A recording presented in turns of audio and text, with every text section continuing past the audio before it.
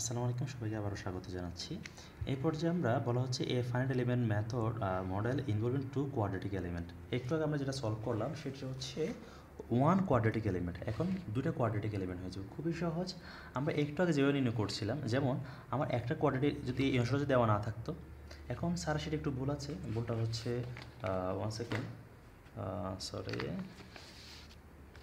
Sir সেটা C number যখন করছেন উনি, এটা মিস্টেক আর কি একটু করে। এই সি নাম্বারে উনি ভুলে 4 দ্বারা ভাগ করে ফেলেছেন, এটা 2 দ্বারা ভাগ করতে হবে।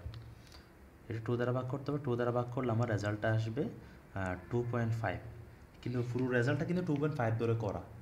ভুলবশত এখানে 4 দ্বারা ভাগ করে ফেলছেন আর কি, কারণ আমার দুটো এলিমেন্ট বিদেই আমি 2 দ্বারা ভাগ করব। ঠিক আছে, সো একটা বিষয় গেল। সো এখন আমরা এই অংশটা কীভাবে সলভ করব? খুবই সহজ। আমি একটু আগে বলেছিলাম আমার কী হবে, ওই যে ডিফারেন্সিয়েট যখন করি তখন L/30, এই যে -7 7 7 -1 -1, এই -8 8, এখানে হচ্ছে 16। আমার সিঙ্গেলটারে যখন করব তখন আমরা এরকম চলে আসবে।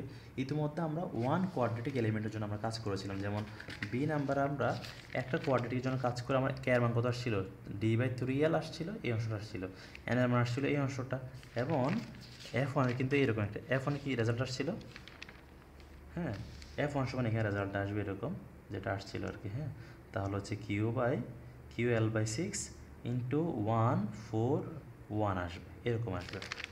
হ্যাঁ, 1 4 1 আসবে। ঠিক সিমিলারলি আমরা যে কাজটা করলাম, যেহেতু এখানে দুইটা কি আছে আমার, একটা কোয়াড্রেটিক এলিমেন্ট আর একটা কোয়াড্রেটিক এলিমেন্ট, এখন এই অংশের জন্য আমার K1 আসবে মনে করলাম, N1 আসবে, F1 আসবে।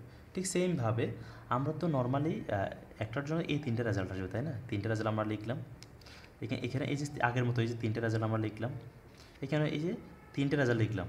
এখন যেহেতু আমার 1 2 3 4 5টা নোড আছে, তাহলে কে অবশ্যই কী হবে, 5/5 হতে হবে। কে কী হতে হবে, 5/5 হতে হবে।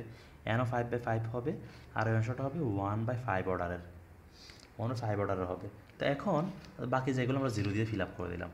সিমিলারলি এখন 2 যখন হিসাব করব, আমার এই যে নিচের দিক থেকে কী হবে, কাউন্ট হবে। এই যে নিচের দিক থেকে কী হলো, এরকম আমরা ম্যাট্রিক্স আমরা লিখবো। খুবই সিম্পল একটা বিষয়। সিমিলারলি এই অংশটা কী হয়ে যাবে, এই অংশটাকে টেনে এখানে নামাই দিই আমরা, এই অংশটা টেনে এদিকে নামাই দিই, এটাকে টেনে নিচের দিকে নামাই দিই, এরকমই আর কি। আমরা জাস্ট নামাই দিলাম, এই যে নামাই দিলাম। ঠিক আছে, নামাই দেওয়ার পর এটা নামাই দিলাম।